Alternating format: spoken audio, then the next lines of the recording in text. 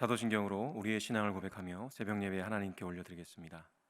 전능하사 천지를 만드신 하나님 아버지를 내가 믿사오며 그 외아들 우리 주 예수 그리스도를 믿사오니 이는 성령으로 잉태하사 동정녀 마리아에게 나시고 본디오 빌라도에게 고난을 받으사 십자가에 못 박혀 죽으시고 장사한 지 사흘 만에 죽은 자 가운데서 다시 살아나시며 하늘에 오르사 전능하신 하나님 우편에 앉아 계시다가 저리로서 산자와 죽은 자를 심판하러 오시리라. 성령을 믿사오며 거룩한 공예와 성도가 서로 교통하는 것과 죄를 사하여 주시는 것과 몸이 다시 사는 것과 영원히 사는 것을 믿사옵나이다. 아멘.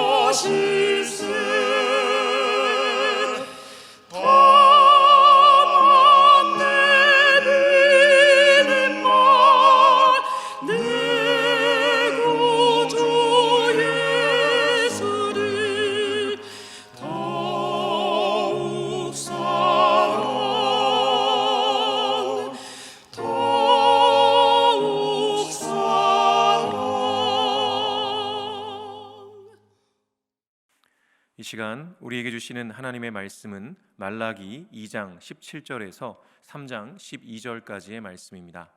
제가 봉독하겠습니다. 너희가 말로 여호와를 괴롭게 하고도 이르기를 우리가 어떻게 여호와를 괴롭혀 드렸나이까 하는도다. 이는 너희가 말하기를 모든 악을 행하는 자는 여호와의 눈에 좋게 보이며 그에게 기쁨이 된다 하며 또 말하기를 정의의 하나님이 어디 계시냐 함이니라. 만군의 여호와가 이르노라. 보라, 내가 내 사자를 보내리니 그가 내 앞에서 길을 준비할 것이요 또 너희가 구하는 바 주가 갑자기 그의 성전에 임하시리니 곧 너희가 사모하는 바 언약의 사자가 임하실 것이라. 그가 임하시는 날을 누가 능히 당하며 그가 나타내는 때에 누가 능히 서리요. 그는 금을 연단하는 자의 불과 표백하는 자의 잿물과 같을 것이라. 그가 은을 연단하여 깨끗하게 하는 자 같이 앉아서 레위 자손을 깨끗하게 하되 금 은같이 그들을 연단하리니 그들이 공의로운 제물을 나 여호와께 바칠 것이라. 그때의 유다와 예루살렘의 봉헌물이 옛날과 고대와 같이 나 여호와께 기쁨이 되려니와 내가 심판하러 너희에게 임할 것이라. 점치는 자에게와 간음하는 자에게와 거짓 맹세하는 자에게와 품꾼의 삭세에 대하여 억울하게 하며 과부와 고아를 압제하며 나그네를 억울하게 하며 나를 경외하지 아니하는 자들에게 속히 증언하리라. 만군의 여호와가 말하였느니라. 나 여호와는 변하지 아니하나니 그러므로 야곱의 자손들아 너희가 소멸되지 아니하느니라. 만군의 여호와가 이르노라. 너희 조상들의 날로부터 너희가 나의 규례를 떠나 지키지 아니하였도다. 그런즉 내게로 돌아오라.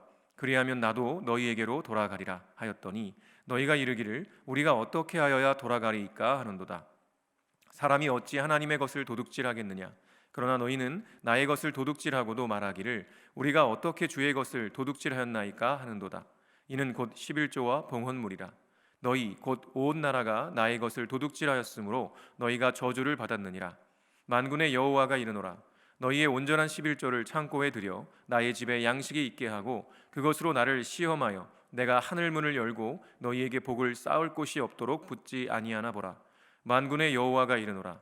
내가 너희를 위하여 메뚜기를 금하여 너희 토지 소산을 먹어 없애지 못하게 하며 너희 밭의 포도나무 열매가 기한 전에 떨어지지 않게 하리니 너희 땅이 아름다워짐으로 모든 이방인들이 너희를 복되다 하리라.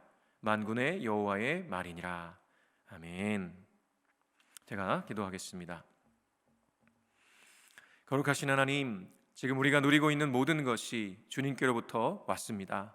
그렇게 살아가는 모든 순간이 주님의 은혜요 복임을 고백합니다.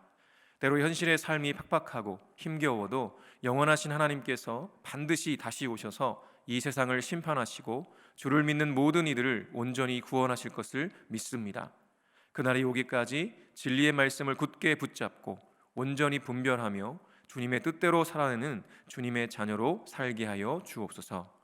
오늘도 진리의 말씀으로 우리를 가르쳐 주시는 주님께 감사드리며 예수 그리스도의 이름으로 기도합니다. 아멘.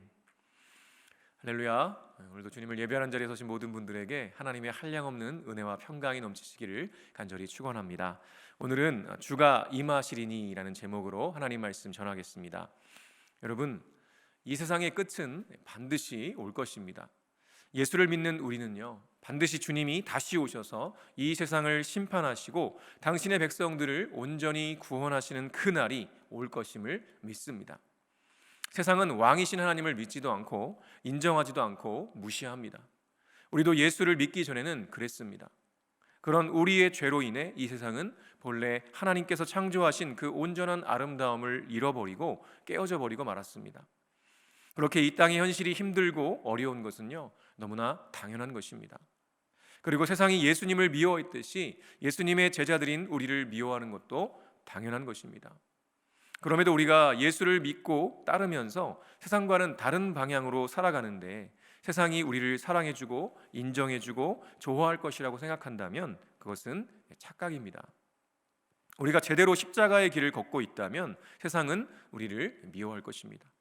그러나 우리 주님은 반드시 다시 오셔서 그런 세상을 심판하시고 우리를 온전히 구원하실 것이라고 분명히 약속하셨습니다.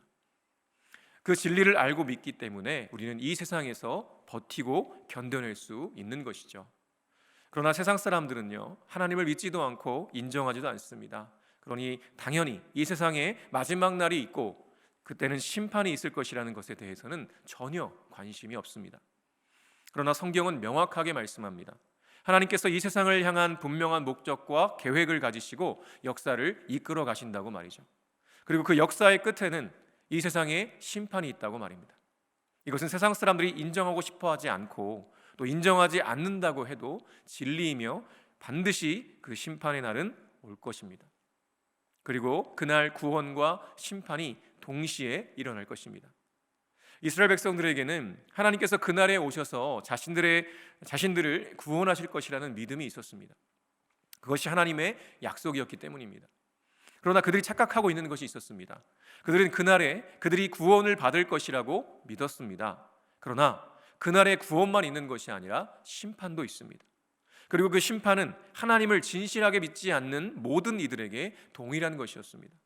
그러나 이스라엘 백성들은요, 그들이 선민이라는 이유, 아브라함의 자손이라는 이유, 또한 율법을 가지고 있고 율법을 따르고 있다는 이유로 그들만은 심판을 받지 않고 구원받을 것이라고 믿었던 것이죠. 그것이 바로 그들의 착각이요 오해였습니다. 하나님께서는 겉으로 보이는 제사나 제물, 형식뿐 아니라 그 마음 중심을 원하셨습니다. 그러나 그들은 안타깝게도 중심을 원하시는 하나님의 마음을 어느 순간 헤아리지 못하고 그저 형식에만, 겉모습에만 치중하고 있었던 것입니다. 말라기는 구약의 마지막 책이죠. 바벨론 포로 귀환 이후 성전을 재건하고도 한 100년 정도 후의 시대를 말라기의 배경으로 보고 있는데요. 당시 상황은 참 처참했습니다. 포로에서 귀환하여 성전을 재건하기는 했는데 그 성전은요, 솔로몬의 성전에 비하면 너무나 형편없이 초라했던 겁니다.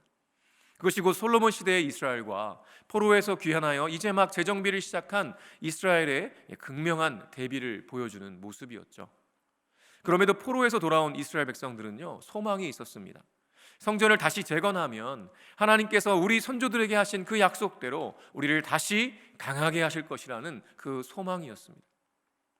그러나 그렇게 성전을 재건했음에도 그들의 삶은요, 드라마틱하게 달라지지 않았던 겁니다. 여전히 그들은 대제국 바벨론의 너무나도 작은 식민지 중 하나였고요, 바벨론이 파견한 총독에 의해 통치를 받아야만 했습니다. 재건한 성전이 초라했던 것처럼 그들의 살림살이도요, 역시나 초라했습니다. 70년 만에 돌아와서 다시 집을 짓고 농사를 지어보지만요, 제대로 될 리가 없습니다. 먹고 살아갈 일이 막막한 거죠. 포로로 생활하던 때보다 어떤 면에서는 더 못한 삶을 살아가고 있는 것입니다. 그래도 성전을 재건하면 뭔가가 달라질 줄만 알았지만 기대와는 달리 드라마틱한 변화가 없었던 것입니다. 그렇다 보니 하나님께서 약속하신 그 언약을 하나님이 지키지 않으신다는 원망과 불평이 터져 나왔던 것입니다. 게다가 오히려 하나님을 믿지 않는 이들이 잘 사는 것이 눈에 보입니다. 그래서 이렇게 불평합니다. 말라기 2장 17절입니다. 너희가 말로 여호와를 괴롭게 하고도 이르기를 우리가 어떻게 여호와를 괴롭혀 드렸나이까 하는도다. 이는 너희가 말하기를 모든 악을 행하는 자는 여호와의 눈에 좋게 보이며 그에게 기쁨이 된다 하며 또 말하기를 정의의 하나님이 어디 계시냐 함이니라. 이스라엘 백성들이요, 정의의 하나님이 어디 계시느냐며 불평과 원망을 쏟아놓습니다. 악을 행하는 자가 오히려 하나님의 눈에 좋게 보이고 기쁨이 된다고 불평하는 거죠. 아니, 지금 우리가 사는 모양을 보시면 아시지 않습니까? 우리 선조들에게 언약하신 그 말씀은 어디 갔습니까? 이제 성전도 재건하고 우리가 하나님께 제사도 드리고 이렇게 예물도 드리고 할 거 다 하고 있는데 왜 하나님은 약속을 지키지 않으시는 겁니까? 라고 말하는 겁니다. 그 원망과 불평의 말들이요, 하나님의 마음을 괴롭게 하고 있다는 것이죠. 그래서 하나님께서 이렇게 말씀하십니다. 3장 1절과 2절입니다. 만군의 여호와가 이르노라 보라 내가 내 사자를 보내리니 그가 내 앞에서 길을 준비할 것이요 또 너희가 구하는 바 주가 갑자기 그의 성전에 임하시리니 곧 너희가 사모하는 바 언약의 사자가 임하실 것이라. 그가 임하시는 날을 누가 능히 당하며 그가 나타나는 때에 누가 능히 서리요 그는 금을 연단하는 자의 불과 표백하는 자의 잿물과 같을 것이라. 아멘. 너희들 그렇게 생각하니? 봐라 내가 내 사자를 보낼 텐데 그가 내 앞에서 길을 준비할 것이고 또 너희가 그렇게 기다리던 주가 임할 거야.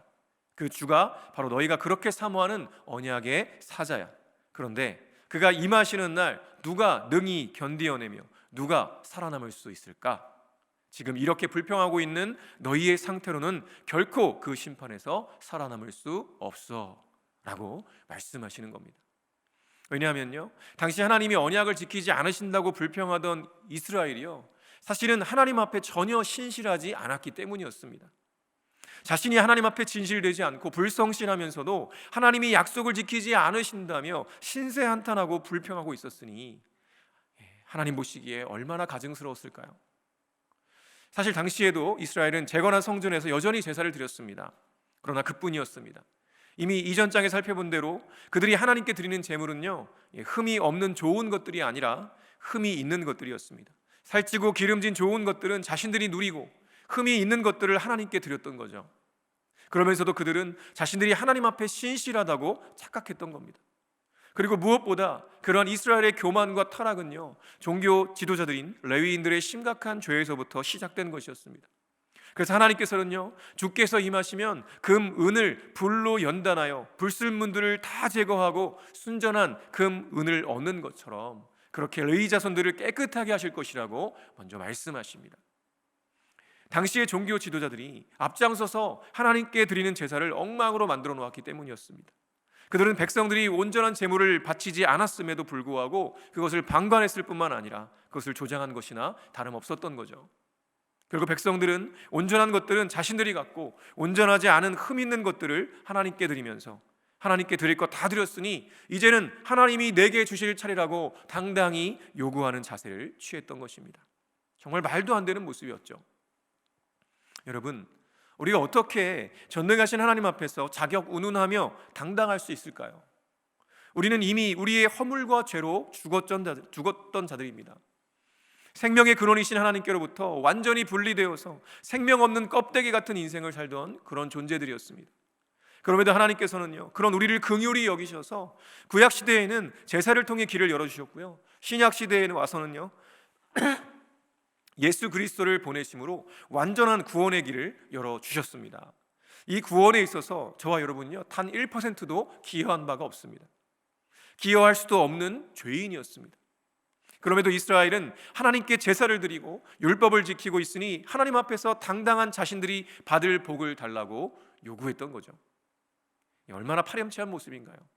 그래서 하나님께서 너희가 그렇게 바라는 언약의 주가 임할 텐데 과연 너희가 주가 임할 때 살아남을 수 있겠느냐고 말씀하셨던 겁니다. 그날의 주가 오시면 모든 것들을 심판하실 텐데 그렇게 흠 있는 제물을 바치며 정의와 공의를 행하지 않고 가난한 이들과 나그네와 고아를 돕지 않고 무관심한 너희들이 과연 그 심판에서 살아남을 수 있겠느냐고 묻고 계신 것입니다. 얼마나 무서운 말씀인지 모릅니다. 여러분은 어떠신가요?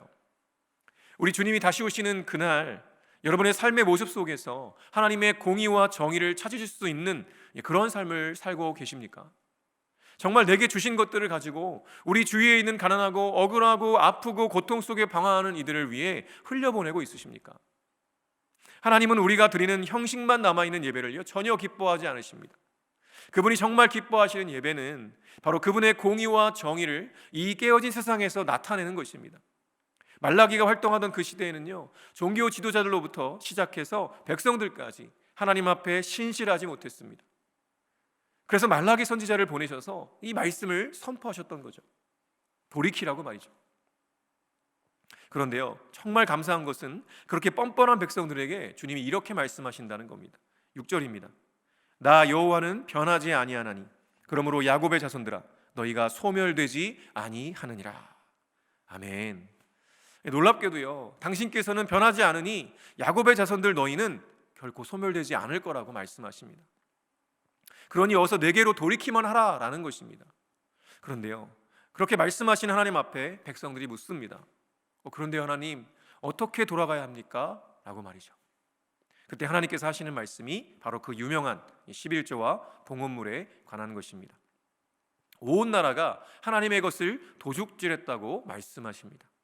당시 포로에서 귀환하여 100년 정도 지난 상황이었지만 여전히 상황은 힘들고 어려웠습니다. 그래서 이때 11조와 봉헌물들은 성전 관리와 제사장들의 생활을 책임질 뿐만 아니라 어려운 백성들을 구제하는 일들에 사용되었습니다. 그러나 백성들은 11조를 온전하게 드리지 않았습니다. 그래서 종교 지도자들은요 굶다 못해 떨어져 나갔고요 변질되었으며 성전은 관리가 되지 않았고 당연히 드리는 제사도 온전할 수가 없었으며 마땅히 드려야 할 11조와 봉헌물에 대한 의무와 섬김조차도 점점 더 희미해져만 갔던 것입니다. 여러분 11조는 성경에서 하라고 했냐 아니냐의 문제가 아닙니다. 11조는 하나님 나라의 백성으로서 하나님의 주권을 인정하고 나와 내 삶의 전체가 주님의 것임을 고백하는 믿음의 표현입니다. 내게 있는 모든 것을 하나님께서 주셨고 이 땅에서 살아가는 모든 순간도 다 주님의 것이며 그렇기에 우리가 가장 소극적으로 표현할 수 있는 그 믿음이 바로 물질의 11조인 것입니다. 10개 중 하나만 주님의 것이 아니라 10개 모두가 하나님의 것인데 하나님이 내게 은혜의 선물로 주셨으니 감사하는 마음으로 그중 한 개를 주님께 드려서 내 삶의 주인이 나 자신이나 돈이 아니라 오직 하나님이심을 고백하는 가장 소극적인 믿음의 표현이라는 것입니다. 그리고 하나님께서는요 그 가장 소극적이며 너무나 당연한 그 믿음의 표현마저도요 제대로 하지 않고 있는 백성들에게요 이렇게 말씀하십니다. 10절입니다. 만군의 여호와가 이르노라 너희의 온전한 11조를 창고에 들여 나의 집에 양식이 있게 하고 그것으로 나를 시험하여 내가 하늘문을 열고 너희에게 복을 쌓을 곳이 없도록 붙지 아니하나 보라. 아멘. 여러분 우리 주님은요 반드시 다시 오십니다. 그리고 그날에 반드시 구원과 심판이 동시에 일어나게 될 것입니다. 그날 우리가 주님 앞에 부끄럽지 않기를 간절히 축원합니다. 그렇게 부끄럽지 않을 수 있도록 우리가 주님께로 돌이키는 방법은요, 가장 소극적인 것이 바로 우리 지갑의 돌이킴입니다. 그리고 그것을 넘어서서 예수 그리스도가 내 삶의 주인이시기에 그분의 말씀을 따라, 그분의 뜻을 따라 이 깨어진 세상에서 공의와 정의를 행하며 가난한 자들과 억울한 자들, 고통하는 자들을 찾아가 돕고 위로하고 힘을 북돋아 주는 것입니다. 그러면 우리 주님께서요, 반드시 우리를 아름답게 하시며 모든 사람들이 우리를 복되다 하게 하실 것이라고 약속하십니다. 그렇게 주님 다시 오실 것을 소망하며 믿음으로 살아가는 저와 여러분 되시기를 간절히 축원합니다. 주기도문으로 예배를 마치겠습니다. 하늘에 계신 우리 아버지여, 이름이 거룩히 여김을 받으시오며 나라가 임하시오며 뜻이 하늘에서 이루어진 것 같이 땅에서도 이루어지이다. 오늘 우리에게 일용할 양식을 주시옵고 우리가 우리에게 죄 지은 자를 사하여 준 것 같이 우리 죄를 사하여 주시옵고 우리를 시험에 들게 하지 마시옵고 다만 악에서 구하시옵소서. 나라와 권세와 영광이 아버지께 영원히 있사옵나이다. 아멘.